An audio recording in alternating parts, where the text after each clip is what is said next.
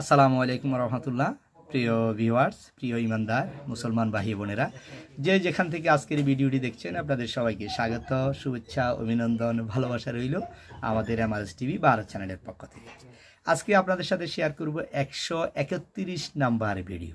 ইতিমধ্যে 130টি ভিডিও আপনাদের সাথে শেয়ার করেছি। প্রত্যেকটি ভিডিওতে আমরা কোনো ভিডিওতে 2টি হাদিস, কোনো ভিডিওতে 1টি হাদিস পড়ে আপনাদেরকে শুনিয়েছি।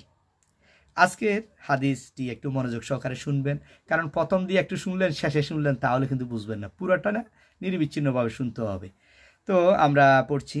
হযরত আবু সাঈদ কুদরি রাদিয়াল্লাহু তাআলা আনহু থেকে বর্ণিত, তিনি রাসূলুল্লাহ সাল্লাল্লাহু আলাইহি সাল্লামকে এই কথা বলতে শুনেছেন, 5 ওয়াক্ত নামাজের মধ্যবর্তী সময়ের জন্য কাফফারা, অর্থাৎ এক নামাজ হতে অন্য নামাজ পর্যন্ত যত সগীরা গুনাহ হয় তা মাফ করে দেওয়া হয়। এই কথাটার অর্থ হচ্ছে ফজরের নামাজ থেকে জোহরের নামাজ পর্যন্ত আপনি ফজরের নামাজ জামাতে পড়েছেন, জোহরের নামাজও জামাতে পড়েছেন, এই মধ্যবর্তী স্থানের ভিতরে যদি আপনার জানা হোক অজানা হোক ভুলবশত হোক কোনো সগীরা গুনাহ হয়ে থাকে, এটা কাফফারা হয়ে যায়, নামাজের কাফফারা হয়ে আল্লাহ তাআলা এটা ক্ষমা করে দেন। এভাবে জোহর থেকে আসর, আসর থেকে মাগরিব, মাগরিব থেকে এশা, এশা থেকে ফজরের নামাজ পর্যন্ত আপনার যদি কোনো ভুল হয়ে থাকে, ছোট ছোট গুনাহগুলো হয়ে থাকে, সগীরা গুনাহগুলো হয়ে থাকে, আল্লাহ তাআলা এগুলোই নামাজের কাফফারা হয়ে যায়। এরপর রাসূলুল্লাহ সাল্লাল্লাহু আলাইহি সাল্লাম বলেন, কোনো ব্যক্তির যদি একটি কারখানা থাকে, কোনো একটা ব্যক্তির যদি একটি কারখানা থাকে এবং সে সেখানে কাজকর্ম করে, ওই কারখানা ও বাড়ির পথে 5টি নহর পড়ে। তাহলে কোনো একটা ব্যক্তির যদি একটা কারখানা থাকে, সে ওই কারখানাতে কাজ করে এবং বাড়ির থেকে যাওয়ার পথে তার ওখানে চলার পথে 5টা নহর থাকে। নহর বলতে যেটা আমরা বুঝি, হয়তো নদী হতে পারে, কোনো পুকুর হতে পারে, কোনো ঝর্ণা হতে পারে। হ্যাঁ, আল্লাহ রাসূল সাল্লাল্লাহু আলাইহি সাল্লাম এভাবে উদাহরণ দিয়েছেন। তো নহর পড়ে, সে যখন কারখানায় কাজ করে তখন তার শরীরে ময়লা লাগে কিংবা তার ঘাম বের হয়। যখন সে কারখানায় কাজ করার পরে তার গায়ের ভিতরে ময়লা লাগে, ঘাম জমে, হ্যাঁ লাগতে পারে, স্বাভাবিক, যেহেতু সে কাজ করে, তখন এরপর সে বাড়ি যাওয়ার সময় প্রতিটি নহরে গোসল করতে করতে যায় এবং সে কারখানা থেকে যে ময়লা নিয়ে, ঘাম নিয়ে, হ্যাঁ, যখন সে বাড়িতে রওনা হয় তখন যাওয়ার পথে যে 5টা পুকুর আছে, যেটা পুকুর বলি, তারপরে নদী বলি, তারপরে হচ্ছে ঝর্ণা বলি, এগুলোতে একটা থেকে গোসল করে 5টাতে গোসল করে সে যদি বাড়িতে যায়, তার এই বারবার গোসল করার দরুন শরীরে কোনো ময়লা থাকে না। তাহলে 5বার যদি সে 5টা পুকুর হতে পারে, নদী হতে পারে, এখানে গোসল করে সে যদি বাড়িতে যায়, তাহলে তার শরীরে কখনো ময়লা থাকার কথা না, কোনো ময়লা থাকবে না, গায়ের ভিতরে কোনো দুর্গন্ধ থাকবে না, ঘামের গন্ধ থাকবে না, তাই না? এটাই তো স্বাভাবিক।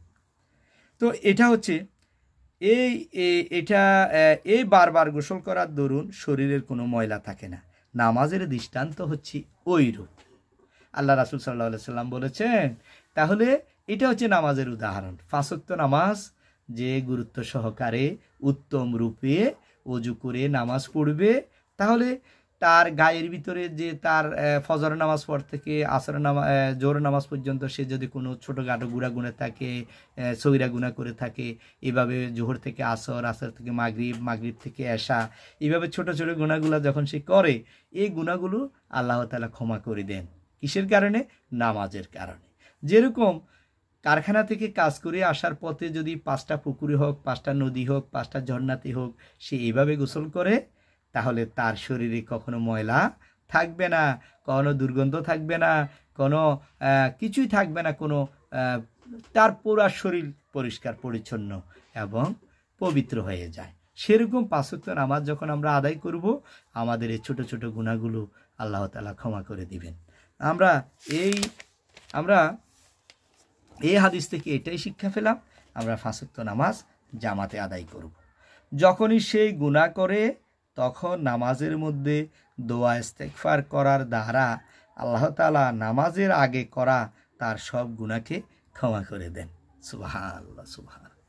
তাহলে নামাজের আগে সে ছোটোখাটো যে গুনাহগুলো করেছে, যে ভুলগুলো করেছে, চোখের গুনাহ, হাতের গুনাহ, হাঁটার গুনাহ, যে গুনাহগুলো করেছেন, আল্লাহ তাআলা তাকে এগুলো ক্ষমা করে দেন। কিসের কারণে? নামাজের কারণে। এই হাদিসটি এসেছে মাজজার, তাবারানি, মাজমাউস, জাওয়ায়েদ গ্রন্থে হাদিসটি বর্ণনা করা হয়েছে 2/32 নম্বর হাদিস। তো আজকে এই হাদিস থেকে আমরা এটাই শিক্ষণীয় হচ্ছে, এটাই শিক্ষা নিলাম হচ্ছে আমরা 5 ওয়াক্ত নামাজ আদায় করব জামাতের সহকারে এবং উত্তম রূপে অজু করে গুরুত্ব এবং এহতেমামের সহিত 5 ওয়াক্ত নামাজ যখনই আদায় করব তখনই আল্লাহ তাআলা আমার যে ফজর থেকে জোহর পর্যন্ত, জোহর থেকে আসর পর্যন্ত, আসর থেকে মাগরিব, মাগরিব থেকে এশা, এশা থেকে ফজর পর্যন্ত যে ছোট ছোট গুনাহগুলো আমি জেনে করেছি না জেনে করেছি এগুলো আল্লাহ তাআলা কি করে দিবেন, ক্ষমা করে দিবেন। আল্লাহ তাআলা আমাদের সবাইকে 5 ওয়াক্ত নামাজ জামাতে আদায় করার তৌফিক দান করুন। আমিন। আসসালামু আলাইকুম ওয়া রাহমাতুল্লাহ।